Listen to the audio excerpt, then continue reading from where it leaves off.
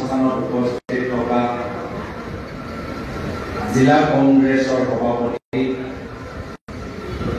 পুতুল বুঢ়াগোহাঁই ডাঙৰীয়া, উপস্থিত থকা সাধাৰণ সম্পাদক লুইত কোঁৱৰ ডাঙৰীয়া, উপস্থিত থকা প্ৰফেশ্যনেল কংগ্ৰেছৰ সভাপতি বাণী হাজৰিকা ডাঙৰীয়া, প্ৰদেশ কংগ্ৰেছৰ সাধাৰণ সম্পাদিকা গোলাঘাট জিলাৰ তত্ত্বাৱধায়ক পল্লৱী শইকীয়া গগৈ ডাঙৰীয়ানী, উপস্থিত থকা জিলা কংগ্ৰেছৰ সাধাৰণ সম্পাদক নিয়োগ ডাঙৰীয়া, বিকাশ গগৈ ডাঙৰীয়া, অভিজিৎ গগৈ ডাঙৰীয়া, ইন্দ্ৰজিৎ পেগু ডাঙৰীয়া,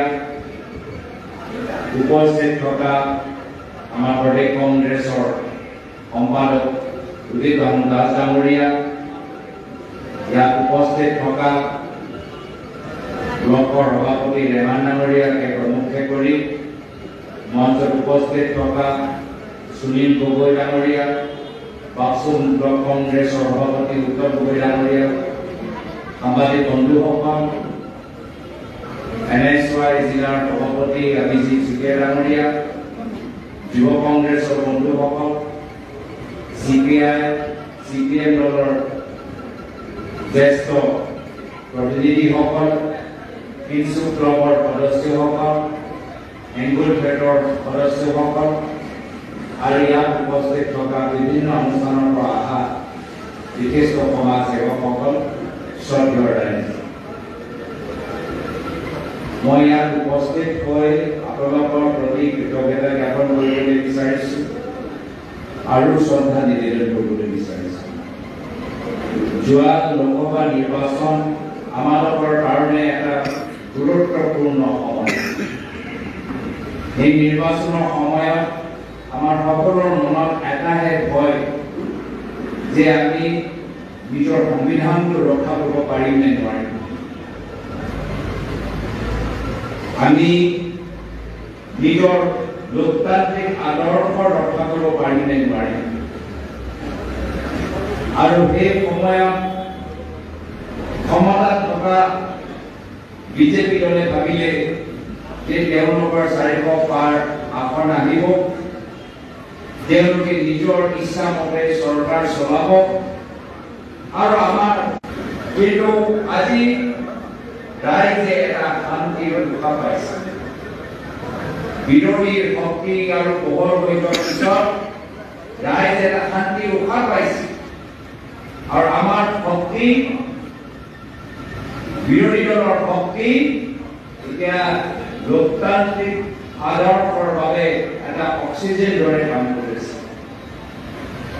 যদি আজি বিৰোধী দল শক্তিশালী নহ'লেহেঁতেন, এতিয়া লাহে লাহে অক্সিজেন নথকাৰ কাৰণে আমাৰ আছে, বিবেক শক্তি আছে আৰু এতিয়া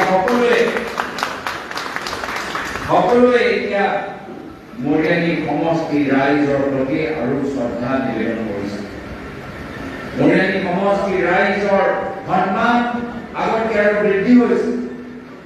মৰিয়ানী সমষ্টি ৰাইজৰ এটা স্বাভিমান আছে, যি স্বাভিমানৰ ওপৰত বহুত বছৰৰ পৰা কিছুমান ব্যক্তিয়ে আঘাত পেলাইছে, কিন্তু আজি সেই মৰিয়ানী সমষ্টি ৰাইজে নিজৰ স্বাভিমানৰ প্ৰমাণ দিছে আৰু এটা শিক্ষা আজি দিছপুৰলৈ গৈছে যে মৰিয়ানী সমষ্টি ৰাইজক আমি আৰু অপমান কৰিব নোৱাৰোঁ, মৰিয়ানী সমষ্টি ৰাইজক আমি আৰু অৱহেলা কৰিব নোৱাৰোঁ।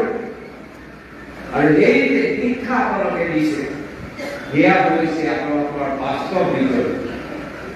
ইয়াত কংগ্ৰেছ বিজেপি কথা নাই, মৰিয়ানী সমষ্টি ৰাইজৰ আজি তেওঁলোকে নিজৰ স্বাভিমান যে সুৰক্ষা কৰিব পাৰিলে, ইয়াত মৰিয়ানী সমষ্টি ৰাইজৰ আৱেগ জড়িত হৈ আছে আৰু সেইকাৰণে মই মৰিয়ানী সমষ্টি ৰাইজক বিশেষভাৱে মই শ্ৰদ্ধা নিবেদন কৰিবলৈ আহিছোঁ। কাম কৰিব লাগিব। আজি যিসকলে ক্ষমতাত গাড়ী বহি আছে সবকে কাম কৰিব লাগিব আজি ৰাজনীতি বেলেগ ধৰণৰ লৈ গৈছে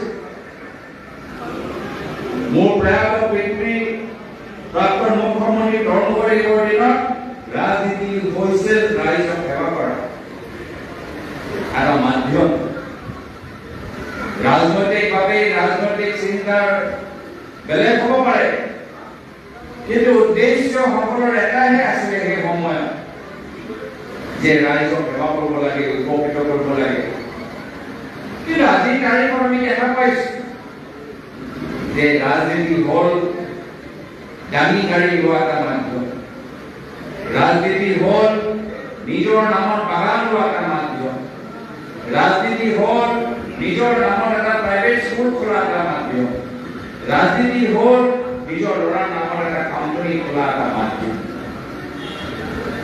আৰু সেইকাৰণে আমি সকলোকে সচেতন হ'বলৈ আহ্বান জনাইছো বিশেষকৈ নৱপ্ৰজন্মক আমি সচেতন হ'বলৈ আহ্বান জনাইছো যদি নৱপ্ৰজন্ম সচেতন নহয় যদি পইচা লোভত ধনৰ লোভত টকাৰ লোভত যদি তেওঁলোকে নিজৰ বিবেক হেৰাই পেলায় তেতিয়া অসমৰ ভৱিষ্যত পুনৰ আখৰে আমি দিব নোৱাৰিম আৰু সেইকাৰণে মই বিভিন্ন সময়ত বেছি গুৰুত্ব দিছো নৱপ্ৰজন্মৰ ল'ৰা ছোৱালীৰ লগত থাকি তেওঁলোকৰ সমস্যাৰ ওপৰত তেওঁলোকৰ জীৱনৰ ওপৰত বেছি গুৰুত্ব দিছো সদায় মই যে ভাল কাম কৰি যাম সেইটো নহয় আমি সাধাৰণ মানুহ আমালোকৰ পৰা ভুল হ'ব পাৰে কিন্তু মই আশা কৰোঁ যদি পৰৱৰ্তী সময়ত ক'ৰবাত আমাৰ ভুল হয় তেতিয়া মৰিয়ানী সমষ্টি ৰাইজে মৰিয়ানী সমষ্টিৰ সাংবাদিকসকলে আমাক ভাল পৰামৰ্শ দিয়ে আৰু এয়া হ'ল লোকতান্ত্ৰিক মূল্যৰ ভূমিকা ক্ষমতা কাটি বহি থাকিলে মানে নহয় যে আমি সদায় ভাল কাম কৰি আছো ক্ষমতাত মানুহৰ মনত এটা অহংকাৰ সৃষ্টি কৰে ক্ষমতা পোৱাৰ পিছতে মানুহ অহংকাৰী হৈ যায় ৰাইজৰ পৰা আঁতৰি যায়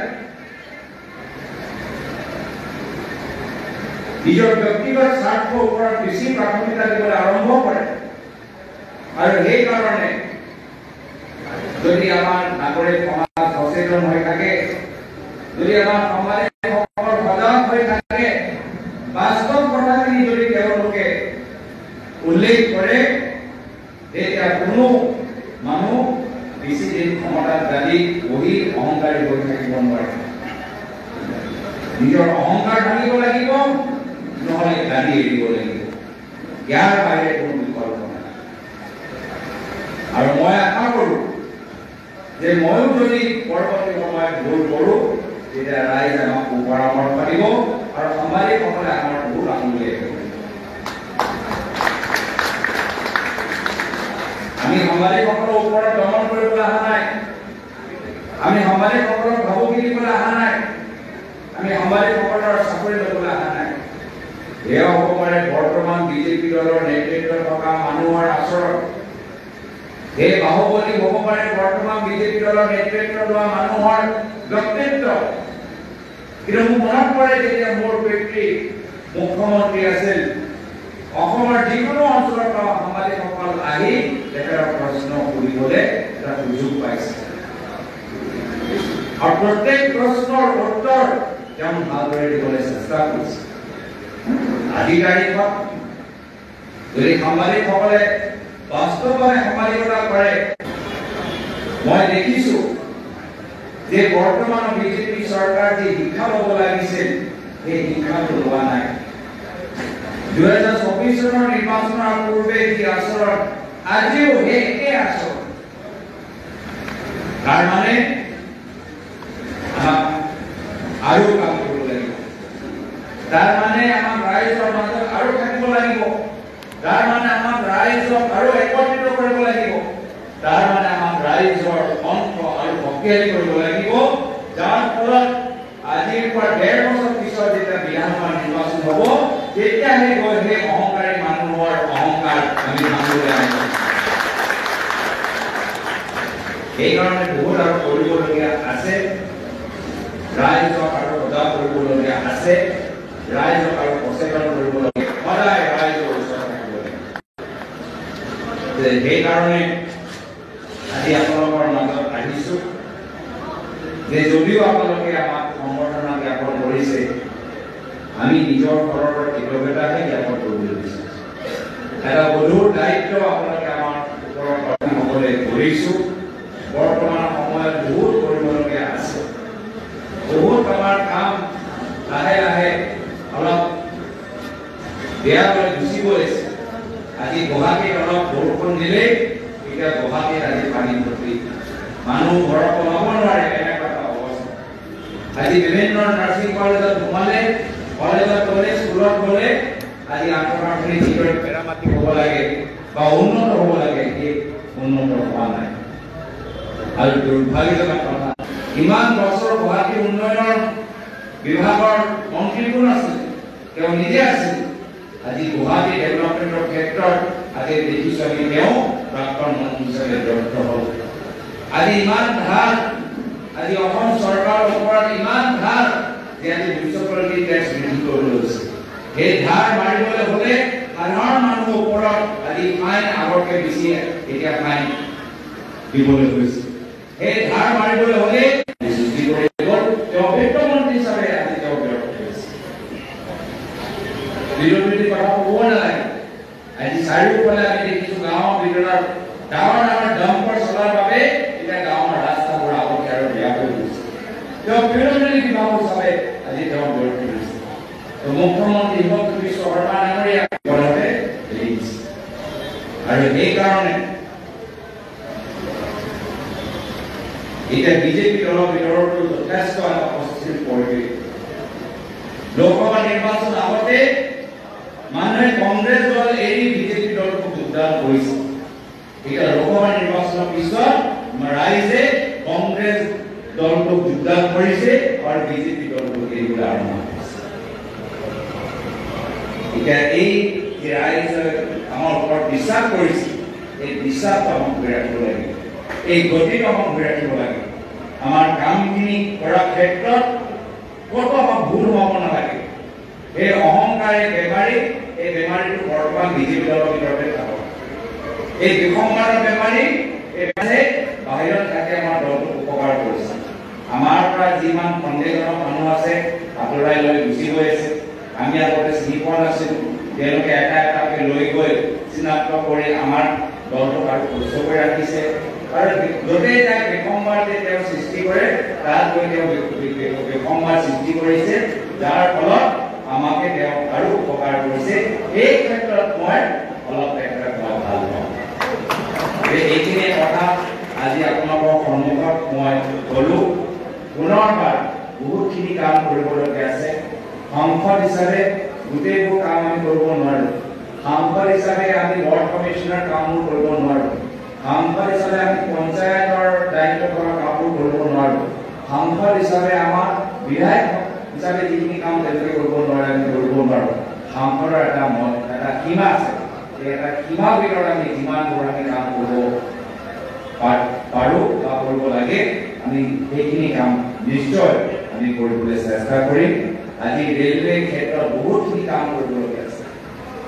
অলপ দিন আগতে মই ৰেলৱে আমাৰ চিফ জেনেৰেল মেনেজাৰক লগ পালোঁ।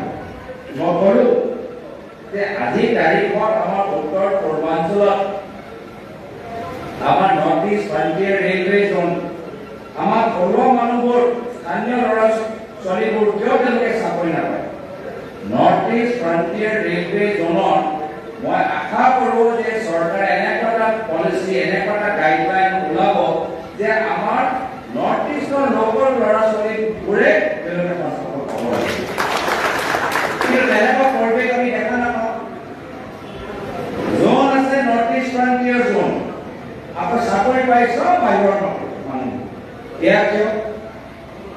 যিসকল নৰ্থ ইষ্টৰ অসমত তেওঁলোকে বসবাস কৰে তেওঁলোককে সংস্থাপন দিব লাগে, এইটো দাবী মই এবাৰ জনাই